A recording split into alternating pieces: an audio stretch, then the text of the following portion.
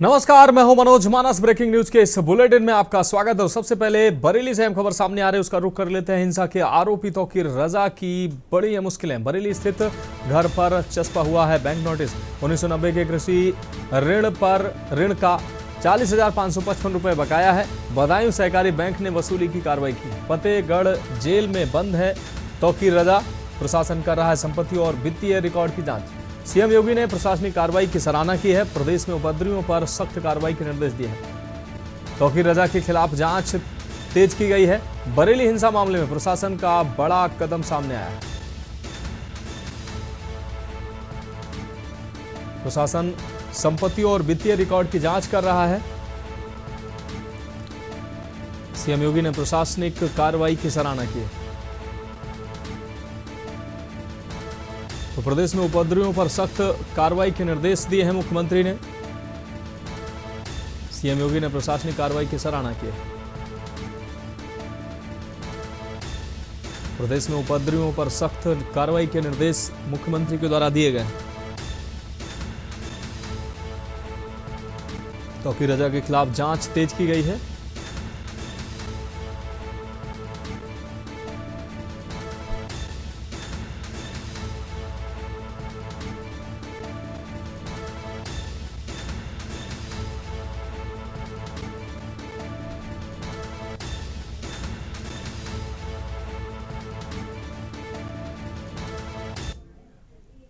बढ़ेंगे अगली खबर की ओर। रायबरेली से अहम खबर है। हरिओम वाल्मीकि हत्या मामले का आरोपी गिरफ्तार हुआ है। हरिओम वाल्मीकि की पीट कर की गई थी हत्या। मुठभेड़ में 25,000 का इनाम में आरोपी हुआ गिरफ्तार। आरोपी दीपक अग्रहरि पर घोषित किया गया था इनाम। पुलिस टीम पर फायरिंग कर आरोपी ने किया भागने की कोशिश। पुलिस की जवाबी फायरिंग में आरोपी के पैर में लगी गोली। घायल आरोपी दीपक अग्रहरि अस्पताल में कराया गया भर्ती। आरोपी से तमंचा, 2 कारतूस व खोखा बरामद किए गए। मामले में अब तक 12 आरोपी गिरफ्तार किए जा चुके हैं। अन्य आरोपियों की गिरफ्तारी के प्रयास किए जा रहे हैं। ऊंचाहार कोतवाली के ईश्वर दासपुर का यह पूरा मामला है।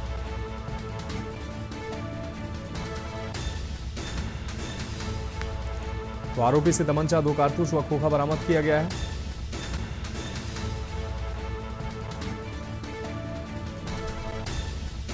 मामले में अब तक 12 आरोपी गिरफ्तार किए जा चुके हैं। मुख्य आपको बता दें, आरोपी से तमंचा, 2 कारतूस व खोखा बरामद किया गया है।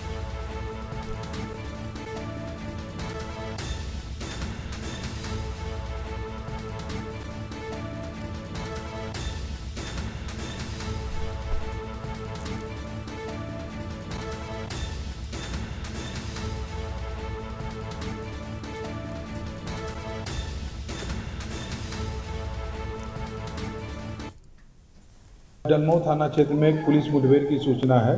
मुकदमा अपराध संख्या 389/25 जो हरिओम वाल्मीकि जिसकी एक पीट कर हत्या कर दी गई थी, उसका मुख्य अभियुक्त जो कि वीडियो में भी दिख रहा है, दीपक अग्रहरि, ये डलमऊ थाना क्षेत्र में गंगा की कट्टी की तरफ जा रहा था और पीछा कर रहे वहाँ से एसओजी टीम और ऊंचाहार पुलिस और डलमऊ पुलिस ने उसको पीछा किया। तो उसने पुलिस को फायर कर दिया दीपक ने। जवाबी कार्रवाई ने पुलिस में फायर किया है, जिससे उसके पैर में गोली लगी है। दीपक जो अभियुक्त हैं उसको तत्काल सीएससी अस्पताल में भेज दिया गया है और इससे उसने कुल गिरफ्तारी की संख्या उस पूरे प्रकरण में, ऊंचाहार प्रकरण में कुल गिरफ्तारी की संख्या बढ़ के 12 हो। जिले में ऊंचाहार कोतवाली क्षेत्र के ईश्वरदासपुर में बीते दिनों चोर समझ के एक युवक की जम करके पिटाई की गई थी, जिस पूरे मामले के बाद युवक की मौके पर ही मौत हो गई थी। वहीं इस पूरी घटनाक्रम को लेकर के रायबरेली सांसद व नेता प्रतिपक्ष राहुल गांधी ने ट्वीट करते हुए सरकार को घेरने का काम किया था, जिसके बाद रायबरेली पुलिस एक्टिव मोड पे दिखाई दी, जहां धरपकड़ करते हुए रायबरेली पुलिस ने बीते दिनों 11 आरोपियों को गिरफ्तार किया था। तो वहीं आज पुलिस मुठभेड़ में एक युवक गिरफ्तार हुआ है। बताया जा रहा है कि मुख्य आरोपी दीपक को पुलिस मुठभेड़ में गिरफ्तार कर लिया गया है। डलमऊ कोतवाली क्षेत्र के गंगा कटरी इलाकों में युवक भाग रहा था कि तभी ऊंचाहार डलमऊ व एसओजी टीम के द्वारा पुलिस मुठभेड़ में युवक घायल हो गया है, जिसे अस्पताल लाया गया है, जहां युवक का इलाज किया जा रहा है। और बताया जा रहा है कि मुख्य आरोपी उस घटनाक्रम में दीपक बताया जा रहा है। फिलहाल पुलिस और भी अभियुक्तों की गिरफ्तारी के लिए लगातार दबिश दे रही है। केशवानंद शुक्ला, के न्यूज, रायबरेली। अगली खबर भी रायबरेली से है। ऐशबाग माइनर पर 3 किलोमीटर लंबा जाम लगा। 51 कब्जेदारों पर कोर्ट में मुकदमा दर्ज। सिटी मजिस्ट्रेट ने जारी किए 6 करोड़ जुर्माने की नोटिस। माइनर पर बन गए भवन और कॉम्प्लेक्स। मीडिया में मामला आते ही प्रशासन हरकत में आया। सिंचाई विभाग ने नोटिस का खेल खेला। बेशकीमती सरकारी जमीन पर कब्जा। अफसर इसके लिए कहीं ना कहीं जिम्मेदार बताए जा रहे हैं। शहर के डिग्री कॉलेज के पास की ये जमीन पर कब्जा हुआ है। कोर्ट में मामला पहुंचते ही कब्जेदारों में हड़कंप मच गया है। लापरवाही से सरकारी जमीन पर बना अवैध निर्माण। सिंचाई विभाग की चुप्पी पर उठे सवाल।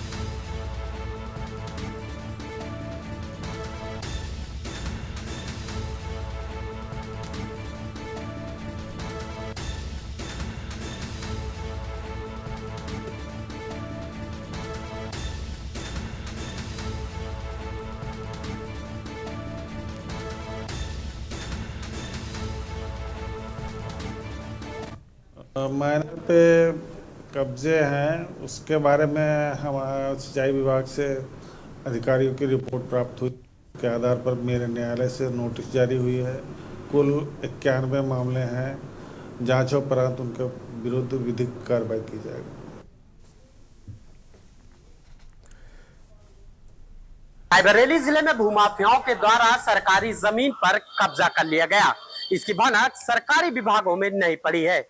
पूरा मामला रायबरेली जिले के सिंचाई विभाग का है, जहां के 3 किलोमीटर जमीन में देखा जाए तो भूमाफियाओं के द्वारा कॉम्प्लेक्स बना लिए गए हैं या तो मकान बना लिए गए हैं। इस पूरे मामले को लेकर के सिंचाई विभाग के द्वारा केवल नोटिस खेला गया है, लेकिन उस पर अवैध कब्जा होता रहा और अधिकारी है वो इस ओर ध्यान नहीं दिए। अब जब कॉम्प्लेक्स तैयार हो गया तो पूरा देखा गया कि 3 किलोमीटर की जमीन है, बताया जा रहा है ऐशबाग माइनर है, जिस पे भूमाफियाओं ने 3 किलोमीटर करोड़ रुपए की जमीन पे कब्जा किया है। वहीं इस पूरे मामले को लेकर के जो पूरा मामला है अब सिंचाई विभाग से हट करके सिटी मजिस्ट्रेट के पास गया है, जिसमें सिटी मजिस्ट्रेट के द्वारा 91 लोगों को नोटिस दी गई और जल्द ही जगह को खाली करने के आदेश दिए हैं। इस समय मौजूद है रायबरेली जिले के सिंचाई विभाग में, जहां की बताई जा रही है ऐशबाग की जो माइनर है वो 3 किलोमीटर की माइनर है, जहां पे अवैध कब्जे किए गए हैं। इसको लेकर के जो आला अधिकारी हैं वो अब नोटिस भी जारी किए हैं और जल्द ही इसको खाली करने के आदेश दिए हैं।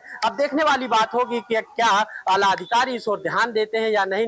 जो सिटी मजिस्ट्रेट की तरफ से आखिर आगे क्या कार्रवाई की जाएगी ये तो आने वाला समय बताएगा। लेकिन जब ये कब्जा हो रहा था तो ये जो सिंचाई विभाग है ये कहां पे था, ये बड़ा सवाल है। केशवानंद शुक्ला, के न्यूज, रायबरेली। बढ़ेंगे अगली खबर की ओर। कानपुर से अहम खबर है, धमाका अपडेट। कानपुर में हुए धमाके से अहम अपडेट ये सामने आ रहा है। एक्सक्लूसिव ये अपडेट सामने आया है। आरोपी अब्दुल का भाई चला रहा था चोरी की स्कूटी चलाते अब्दुल मितालिब सीसीटीवी में कैद हुआ है। अब बड़ा चौराहा से मेस्टर्न रोड पर सीसीटीवी में कैद हुआ है। ये आरोपी दोस्त के साथ उन्नाव से बिक्री के लिए लाता था पटाखे। पिछली दीपावली में भी इसी स्कूटी से सप्लाई किए थे पटाखे। गंभीर रूप से झुलसा अब्दुल अस्पताल में भर्ती है, इलाज जारी है। अब्दुल मितालिब गैंग में 3 वाहन चोर शामिल बताए जा रहे हैं। तो बड़ा चौराहा से मेस्टर्न रोड पर सीसीटीवी में कैद हुआ है ये आरोपी स्कूटी चोर, और ये अवैध रूप से पटाखे उन्नाव से लाकर उनकी बिक्री करता था। दोस्त के साथ उन्नाव से बिक्री के लिए लाता था पटाखे। पिछली दीपावली में भी इसी स्कूटी से सप्लाई किए थे पटाखे। गंभीर रूप से झुलसा अब्दुल अस्पताल में भर्ती है, जिसका इलाज चल रहा है। तो अब्दुल मितालिब गैंग में 3 वाहन चोर शामिल बताए जा रहे हैं।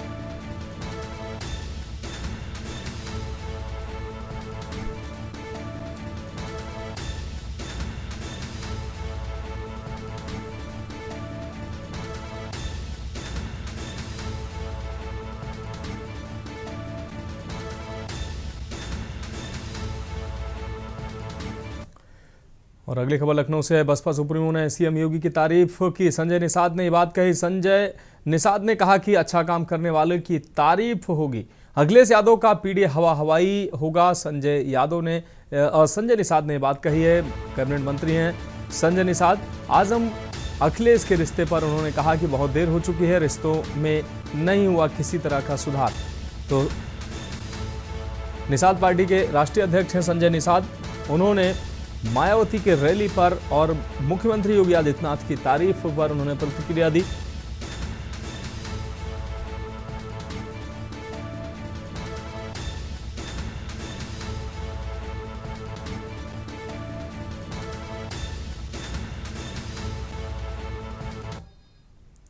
अब बढ़ेंगे अगली खबर की ओर। बेमेतरा से अहम खबर है, युवक ने जिला अस्पताल में लगाई फांसी। सुरक्षा गार्ड के पद पर पदस्थ था ठेका कर्मी युवक।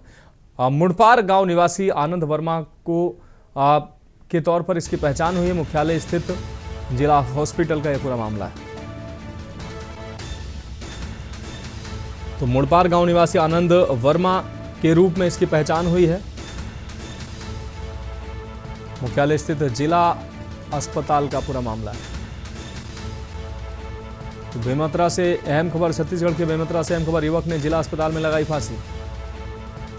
सुरक्षा गार्ड के पद पर तैनात ठेका कर्मी युवक मुड़पार गांव निवासी आनंद वर्मा के रूप में हुई है पहचान। मुख्यालय स्थित जिला अस्पताल का यह पूरा मामला है।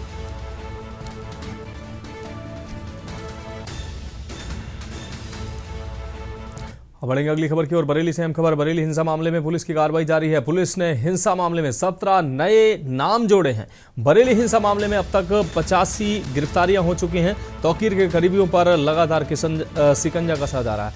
हिंसा के बाद 6000 पुलिसकर्मियों की तैनाती की गई है। जुमे की नमाज को लेकर बरेली में हाई अलर्ट नजर आ रहा है।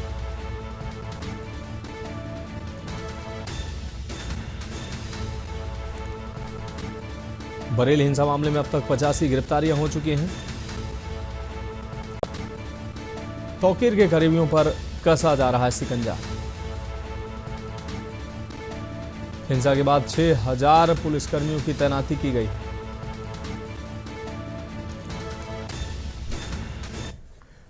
अब बढ़ेंगे अगली खबर की ओर। औरैया से अहम खबर है, जहां बिधुना तहसील क्षेत्र में खाद वितरण के दौरान हंगामा हुआ है। बेसौली स्थित पीसीएफ केंद्र पर खाद वितरण के दौरान हंगामा हुआ है। महिलाओं ने सचिव कृष्णा यादव पर बनाया खाद देने का दबाव। बिना कागजात दिखाए महिलाएं उठाना चाहती थी गोदाम से खाद। नियम बताते ही महिलाओं ने सचिव को घेरा, पीटने की कोशिश की। ग्रामीण युवकों ने बीच में पड़कर सचिव को सुरक्षित बाहर निकाला है।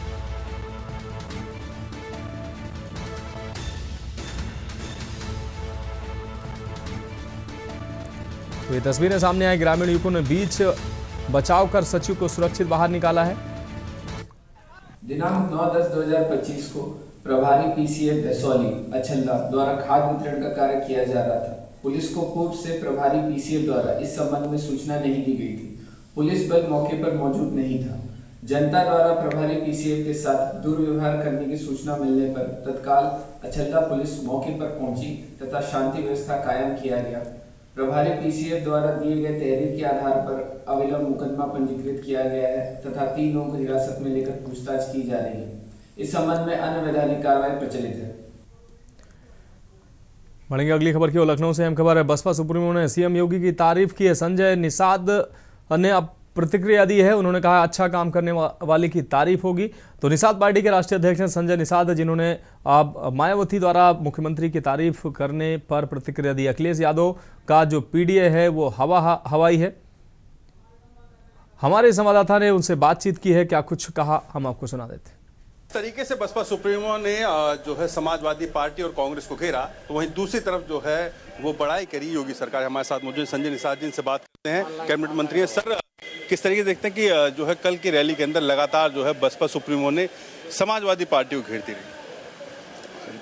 बहन जी हैं, कांशीराम के मिशन की मिशनरी लीडर हैं, जनाधार की नेता हैं। धन्यवाद देता हूं कि कांशीराम के सपने अधूरे बहन जी पूरे। आज के दिन में जो अच्छे कार्य करते, योगी जी ने अच्छा काम किया, तभी तो काम के आधार पर जिसने काम खराब किया है तो कहना ही पड़ेगा ना। ये तो बहन जी ने कहा, इसमें कोई बात नहीं। वहीं अगर बात की जाए कांग्रेस को भी कहीं ना कहीं उन्होंने घेरा कि भाई बुजुर्गों को सम्मान नहीं किया। जो जैसा किया, सपा जैसा किया रहेगा उसको ऐसे करें।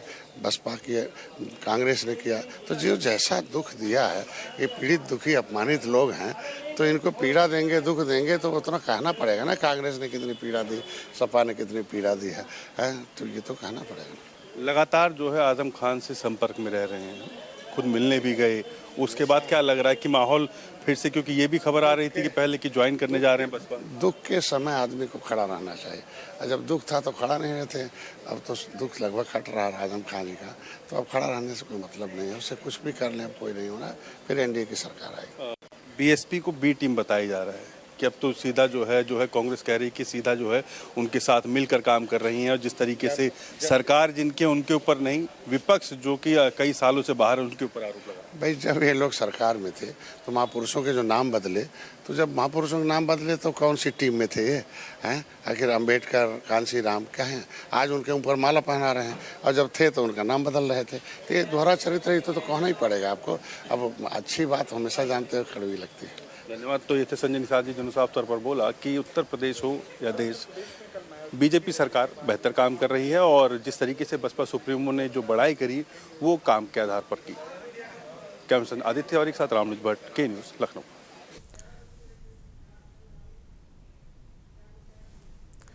और इस बीच सीधे आपको लिए चलते हैं उत्तराखंड की राजधानी देहरादून, जहां मुख्यमंत्री पुष्कर सिंह धामी क्या कुछ कह रहे हैं, सुनाते हैं आपको।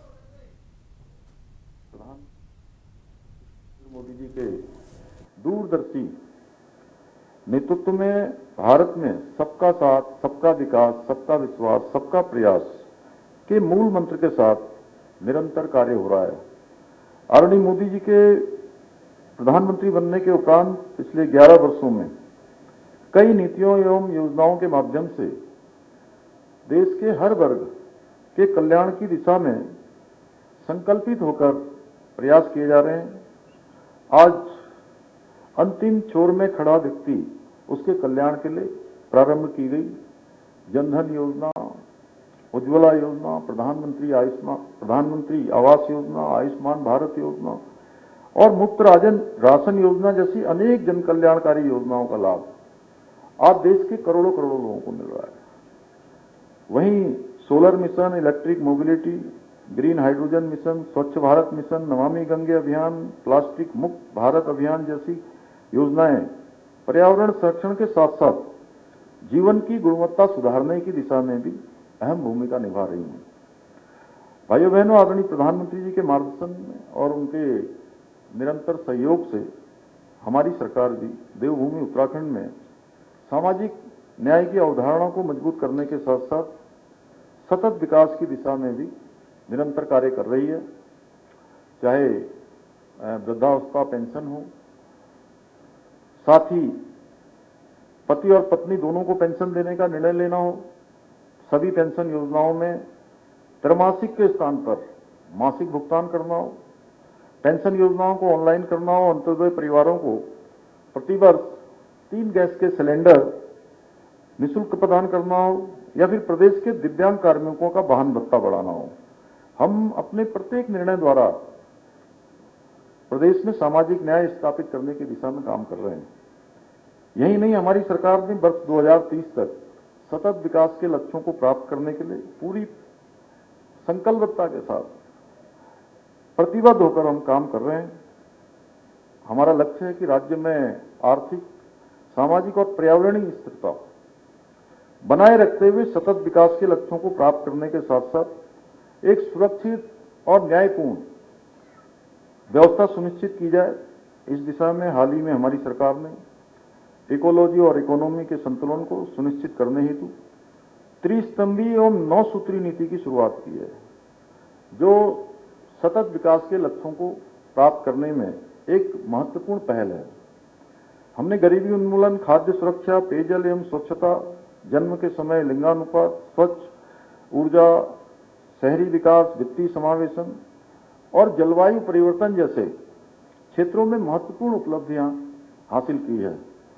हमारी सरकार मुख्यमंत्री महिला उद्यमिता प्रोत्साहन योजना, सौर ऊर्जा क्रांति अभियान, स्मार्ट सिटी मिशन और मुख्यमंत्री शहरी आजीविका योजना जैसी अनेक योजनाओं के माध्यम से इन क्षेत्रों को सशक्त बनाने का काम कर रही है।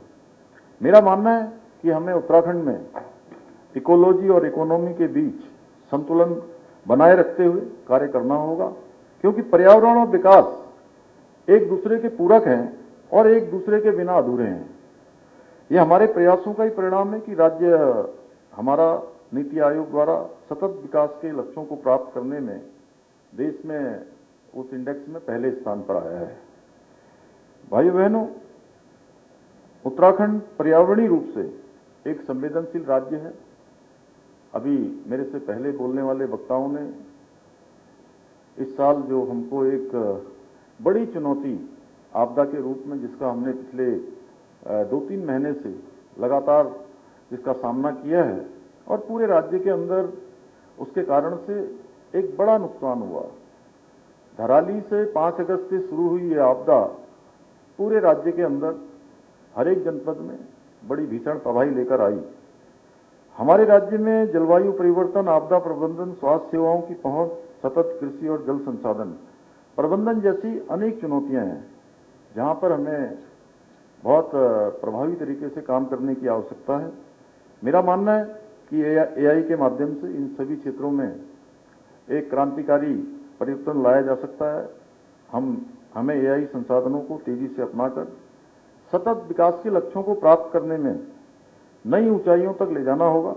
मुझे ये बताते हुए अत्यंत प्रसन्नता हो रही कि हमारी सरकार ने सामाजिक विकास के क्षेत्र में सामूहिक प्रयासों को और सशक्त बनाने के लिए टाटा ट्रस्ट, नेस्कॉम और बागवानी फाउंडेशन के साथ 3 महत्वपूर्ण समझौते भी किए हैं, जहां एक और टाटा ट्रस्ट के सहयोग से राज्य में जल प्रबंधन, पोषण, टेलीमेडिसिन, ग्रामीण आजीविका और हरित ऊर्जा जैसे क्षेत्रों में समग्र और सतत विकास को सशक्त किया जा रहा है। वहीं नेस्कॉम और बागवानी फाउंडेशन के सहयोग से artificial intelligence, data science, cyber सुरक्षा, पाइथन, जनरेटिव एआई, कौशल विकास एवं स्वरोजगार जैसे क्षेत्रों में युवाओं को आवश्यक कौशल और ज्ञान प्रदान किया जा रहा है। हमारे इन सभी नवाचारों का ये प्रयास है कि उत्तराखंड को सेटलमेंट के एक मॉडल के रूप में स्थापित किया जाए।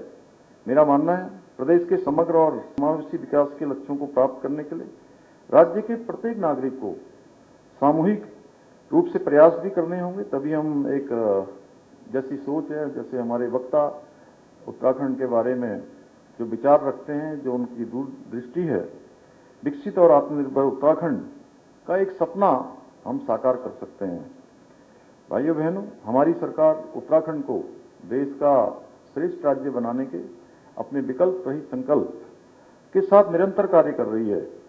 मुझे पूरा विश्वास है कि इन 3 दिवसीय अधिवेशन से जो प्राप्त विभिन्न विचार हमारे इस संकल्प को और साकार करने की दिशा में अत्यंत महत्वपूर्ण सिद्ध होंगे और आप सभी के सहयोग और सहभागिता से हम उत्तराखंड को भी देश का जो अग्रणी राज्य बनाने में अवश्य सफल होंगे। आप सबकी शुभकामनाएं। इसी विश्वास के साथ मैं पुनः IASSI और दून विश्वविद्यालय का एक बार आभार व्यक्त करते हैं और आप सभी का